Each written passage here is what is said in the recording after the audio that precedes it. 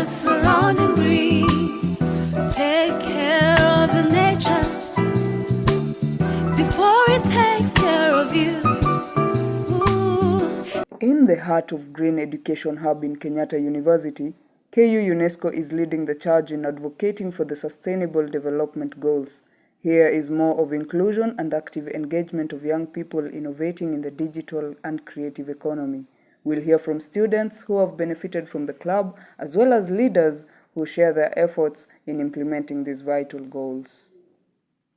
KU UNESCO Impact, the quest to transition to a greener world. Take care of nature. Kenya, a land of breathtaking beauty and cultural richness, is home to 7 remarkable UNESCO World Heritage Sites that tell the story of its diverse heritage.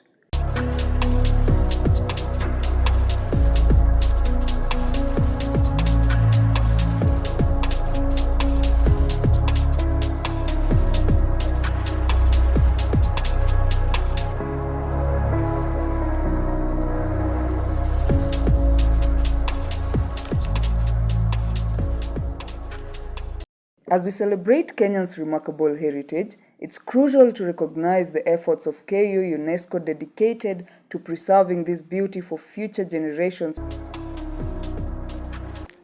UNESCO really works to actualize all the Sustainable Development Goals, all 17 of them, and we do them to the best of our capacity within the school's environs and also within the surrounding areas. The club has initiated various projects and activities carried out by its members.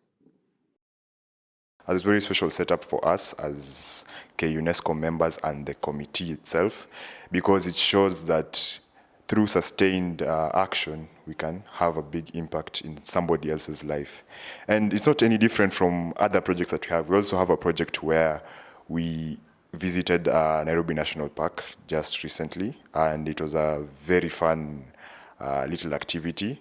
Maybe you can say it's a it's a getaway for the committee, because we have been really busy organizing it and everything. And yeah, we also have different innovative projects, as you might have seen before or might have caught your eyes. We have a plastic bottle bin that's made up of 60 plastic bottles and discarded wire mesh. Yeah, so those are just a few of the projects that we've been working on. And also we hope to continue working on more and more projects as the year goes along. Being an environment-related club based in the university, what then does it mean to students who study other courses that are not related to environment, for instance, an engineering student? UNESCO is quite broad. We are about education, science, and culture, and environment falls under the science part.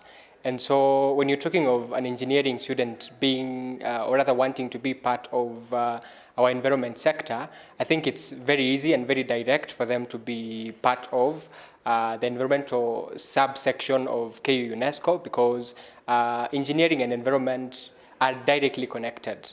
We recently are talking about environmental impact assessment. For those engineers to be carrying out projects, they need to do environmental impact assessment, and we're educating the same at KU UNESCO environmental subsection.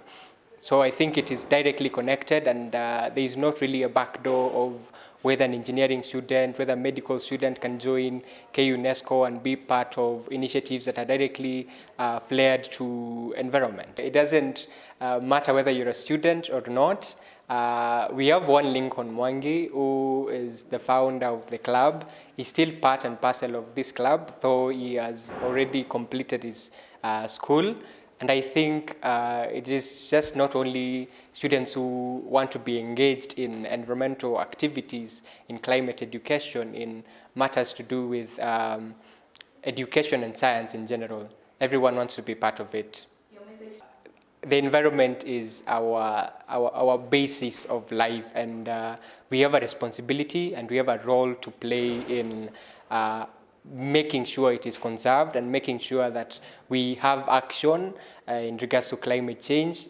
We have and come up with mitigation measures and initiatives that will help in mitigating the effects of climate change in general.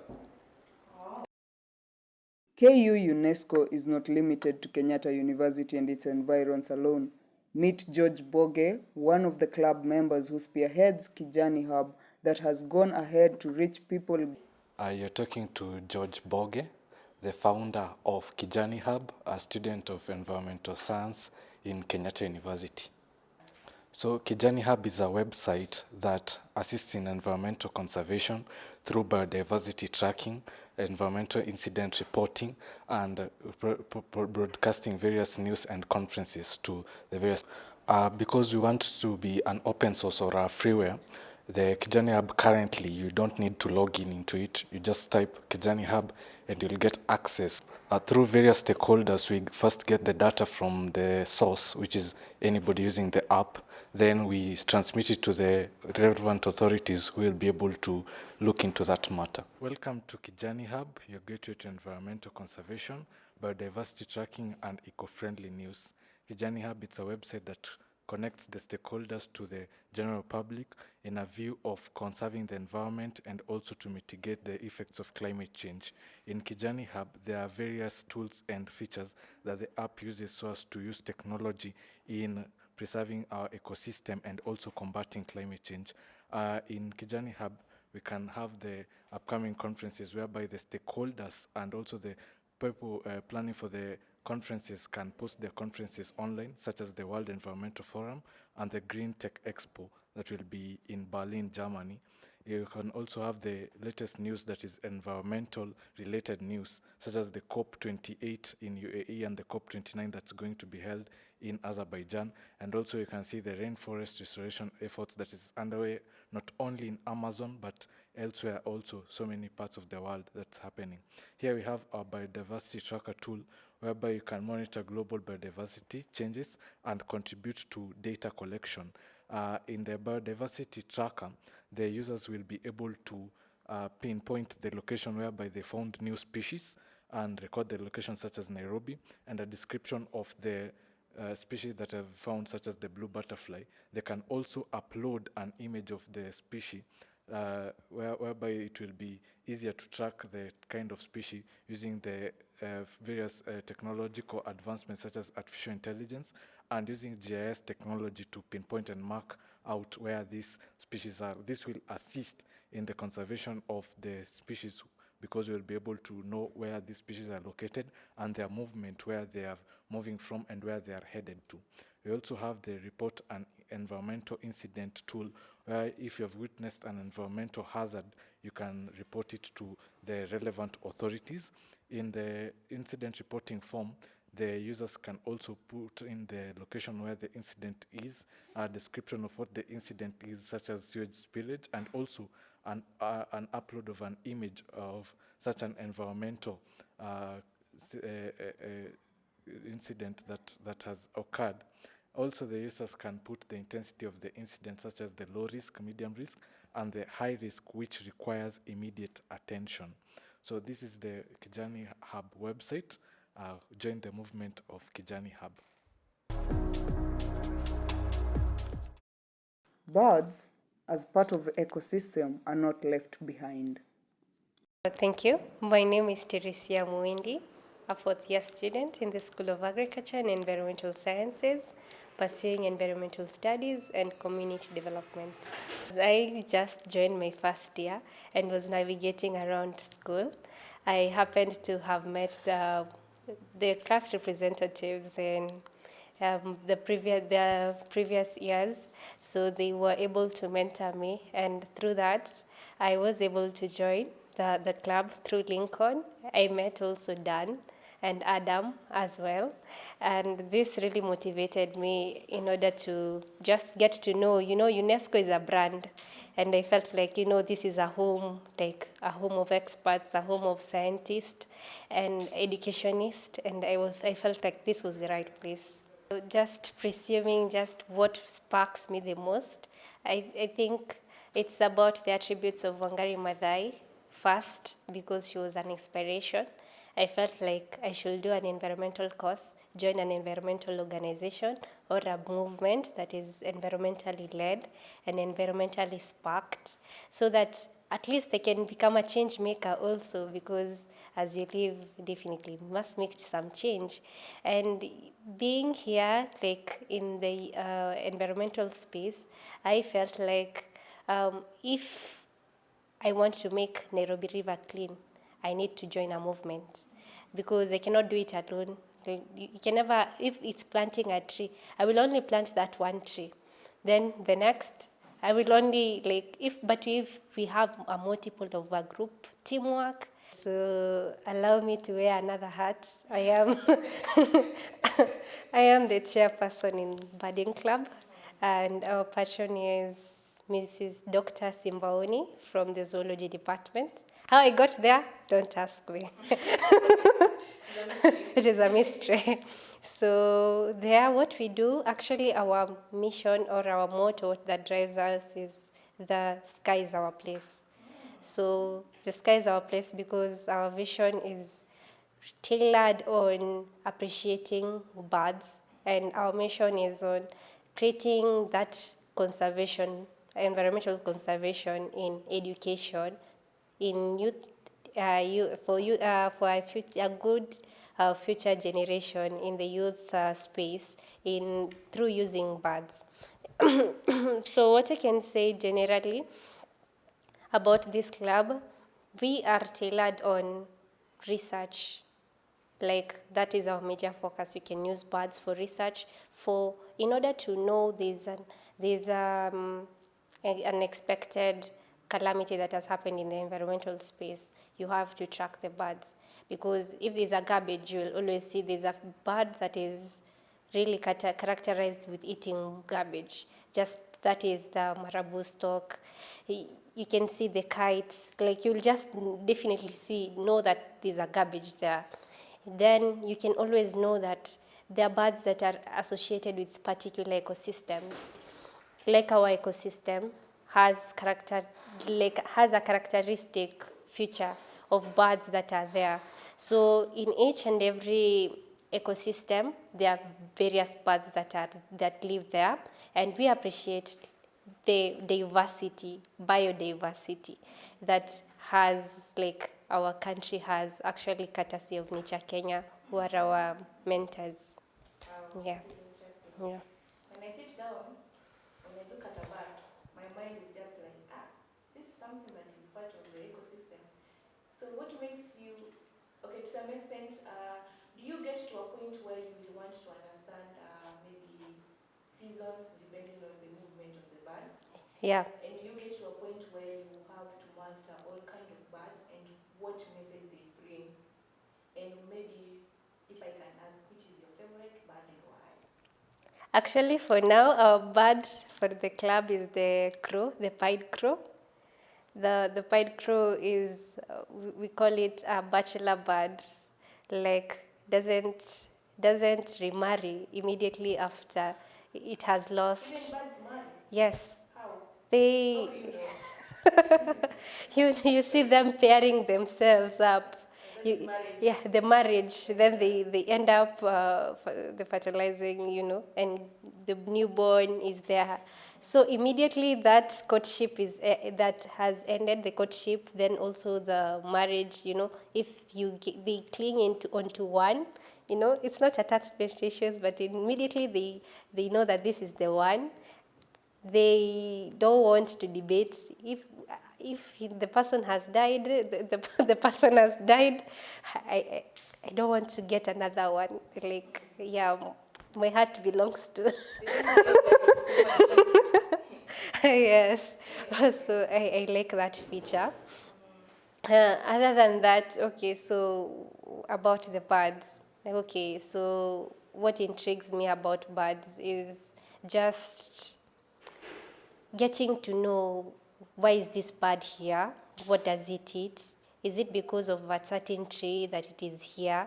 Is it because of some certain, like the seasons? You asked about the seasons. Like we are preparing for the October big day. The October Big Day comes with migrants coming into the country. So the migrants come from other countries, other continents. So you'll find a foreign bird in Kenya because of the summer, the winter, and also we are experiencing the short rains. So it will be leafy in our country.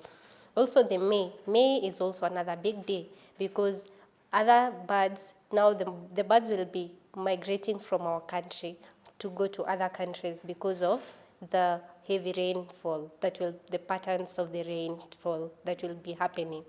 Also, with traditions, there are birds that are characterized with good luck. If you see it, there's just that message that they communicate that I feel like we should be focusing on the indigenous knowledge so that people can appreciate the birds more, because there's some certain bird, if you see it, you say, I think this will happen.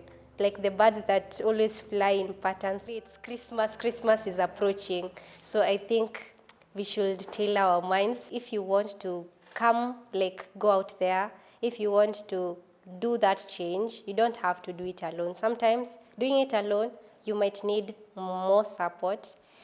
You might need that motivation. You might need to be sparked. And being in groups is the major thing you can ever do. Don't go alone. If you need to do something, do it with people, multitudes. That's why I told you that I am in Birding Club, as well as in UNESCO, as well as in the Environmental Club, Kenyatta University Environmental Club. I am in Green Education Hub. Why? Because I know, we share a common goal, Nature Kenya. We share a common goal, the Kenya Women Birders. You're sharing one common goal. The moment you go alone, you might find it hard, you might find it difficult to navigate. You get mentors, you get inspirations from people, and then in order to address these environmental issues, then go in the groups, join conservancies, in order to know how far have they gone in this space, so that you don't seem like very green, you're trying to navigate, there is where you'll get the knowledge and also the skill set. One person I would really like to shout out is our patron, and also my patron, Mrs. Simbaoni, Dr. Simbaoni, and the founder, Washington Washira. I know he's doing amazing things out there, having won the awards. I'd really like him to come and see how far have we gone. 10 years is something, and we'd really like to celebrate 10 years of institution. And actually, I am just impressed. Impressed with the partnerships that are going on, and can't wait. So if you need to join our club, it's very easy. Just come to the Green Hub, education building here in Kenyatta University in order to join the Birding Club. Or if not, you're not able to join us, you can join Nature Kenya. They're based at Museum of Kenya. They always meet every day on Wednesdays for birding activities. First of all, I'd like to thank Lincoln Mwangi, our founder. He's been very instrumental towards as we were coming up with our own community, because they are part of the whole community. And the message I'd like to spread is it takes time, it takes effort, and it's not a marathon, it's not a sprint, it's a marathon, the fight for climate action. And the fight for the SDGs as well. Everything takes a bit of effort, and I hope that we will have the strength to actualize our dreams. Any registration fee to join? A shout out to our patron, Dr. Mildred Nawiri. She has been of a lot of help. Our support has been incredible. And also to Lincoln Mwangi, our founder, the founder of KU UNESCO. The support has been really amazing, and the support they've given us. And also to our members at KU UNESCO and our partners, including the Green Education Hub and the Kenyatta University Environmental Club and many others that we've partnered with. Thanks very much. It is because of you that we are here. For the upcoming Mazingira Day, we have plans to partner with the Kenyatta University Environmental Club. We have talked with their committee, we have sat down, and we have come up with an activity that we'll be doing on Mazingira Day. We'll be doing a cleanup around the Kenyatta market, that is KM, around KU. Yeah, and that's basically it for the Mazingira Day. We don't have much really because the clubs are currently suspended for action due to the KUSA elections. But yeah, there is a plan to do a cleanup in KM.